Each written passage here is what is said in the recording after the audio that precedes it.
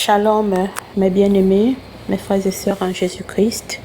Poursuivons aujourd'hui encore la lecture de la parole de notre grand Dieu et avec le livre de la Genèse au chapitre 21. L'Éternel se souvint de ce qu'il avait dit à Sarah. Et l'Éternel accomplit pour Sarah ce qu'il avait promis.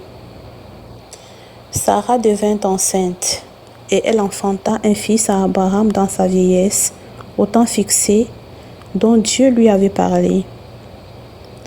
Abraham donna le nom d'Isaac au fils qui lui était né, que Sarah lui avait enfanté. Abraham circoncit son fils Isaac, âgé de 8 jours, comme Dieu le lui avait ordonné. Abraham était âgé de 100 ans à la naissance d'Isaac, son fils. Et Sarah dit, « Dieu m'a fait un sujet de rire. Quiconque l'apprendra rira de moi. » Elle ajouta, « Qui aurait dit à Abraham, Sarah allaitera des enfants. Cependant, je lui ai enfanté un fils dans sa vieillesse. » L'enfant grandit et fut sévré. Et Abraham fit un grand festin le jour où Isaac fut sévré. Sarah vit rire le fils qu'Agar, l'Égyptienne, avait enfanté à Abraham. Et elle dit à Abraham, « Chasse cette servante et son fils, car le fils de cette servante n'héritera pas avec mon fils, avec Isaac. » Cette parole déplut fort aux yeux d'Abraham à cause de son fils. Mais Dieu dit à Abraham, « Que cela ne déplaise pas à tes yeux à cause de l'enfant et de ta servante. Accorde à Sarah tout ce qu'elle te demandera, car c'est d'Isaac que sortira une postérité qui te sera propre. Je ferai aussi une nation du fils de ta servante, car il est ta postérité. » Abraham se leva de bon matin. Il prit du pain et une outre d'eau qu'il donna à Agar et plaça sur son épaule. Il lui remit aussi l'enfant et la renvoya. Elle s'en alla et s'égara dans le désert de Béer-Shéba. Quand l'eau de l'outre fut épuisée, elle laissa l'enfant sous un des arbrisseaux et alla s'asseoir vis-à-vis, à une portée d'arc, et elle disait, « Que je ne vois pas mourir mon enfant. » Elle s'assit donc vis-à-vis de lui, éleva la voix et pleura. Dieu entendit la voix de l'enfant, et l'ange de Dieu appela du ciel Agar et lui dit, « Qu'as-tu, Agar? Ne crains point, car Dieu a entendu la voix de l'enfant dans le lieu où il est. Lève-toi, prends l'enfant, saisis-le de ta main, car je ferai de lui une grande nation. » Et Dieu lui ouvrit les yeux, et elle vit un puits d'eau. Elle alla remplir d'eau l'outre et donna à boire à l'enfant.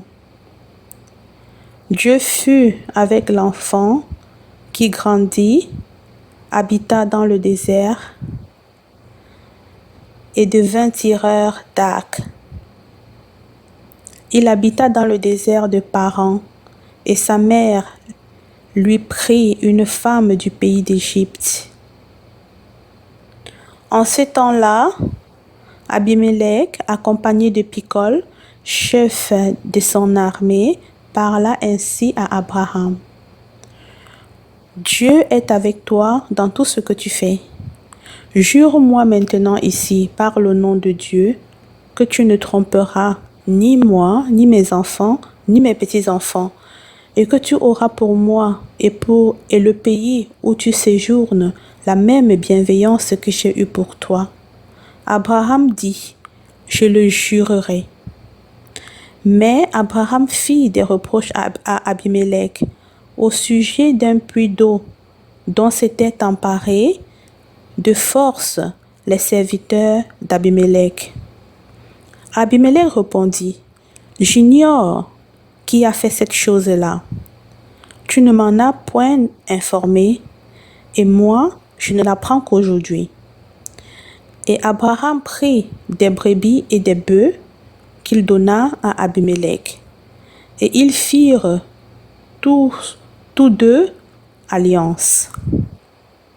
Abraham mit à part cette jeune brebis, et Abimelech dit à Abraham, qu'est-ce que c'est cette jeune brebis que tu as mise à part? Il répondit, tu accepteras de ma main cette brebis, afin que cela me serve de témoignage que j'ai creusé ces puits. C'est pourquoi on appelle ce lieu Beer-Sheba, car c'est là qu'ils jurèrent l'un et l'autre. Ils firent donc alliance à Beer-Sheba, après quoi Abimelech s'éleva avec Picol, chef de son armée, et ils retournèrent au pays des Philistins. Abraham planta des tamarisques à Beer-Sheba, et là il invoqua le nom de l'Éternel, Dieu de l'éternité.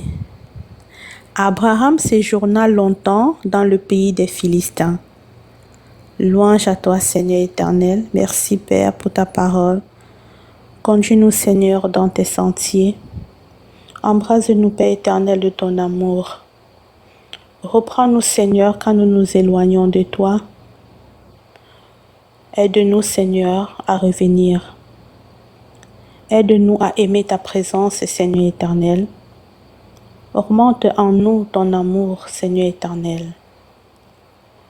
Augmente en nous la crainte de toi, Père éternel. Nous voulons te servir, nous voulons t'aimer. Nous voulons nous accrocher à toi, Seigneur. Conduis-nous, Seigneur. Préserve-nous de tout mal, de tout danger. Préserve-nous du faux pas, Seigneur éternel. Nous sommes fiers, Seigneur. Nous sommes fiers de toi. Nous sommes fiers de t'avoir comme notre Dieu. Nous sommes fiers de savoir que tu es pour nous un abri sûr. Nous sommes fiers de savoir que ta main, ta puissante main nous délivre du mal. Merci, Seigneur éternel, mon Dieu, mon roi, pour ce que tu es pour nous, pour ce que tu fais pour nous. Que ta grâce nous accompagne et accompagne tous les nôtres chaque jour que tu fais. Père, merci encore pour ta parole. Nous te remettons, Seigneur, toutes nos préoccupations, tous nos soucis. Apaise les cœurs affligés, Seigneur éternel. Vole au secours des veuves et des orphelins, Père éternel. Seigneur, mon Dieu, mon roi, je veux te redire encore que je t'aime et que je t'adore. Merci d'être mon Dieu. Merci, Seigneur éternel.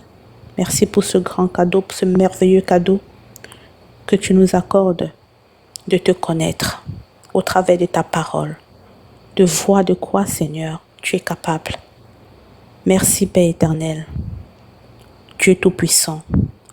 Merci, Dieu de l'impossible. Merci, mon Dieu, roi de gloire, au nom de Jésus-Christ. Je t'ai prié ainsi.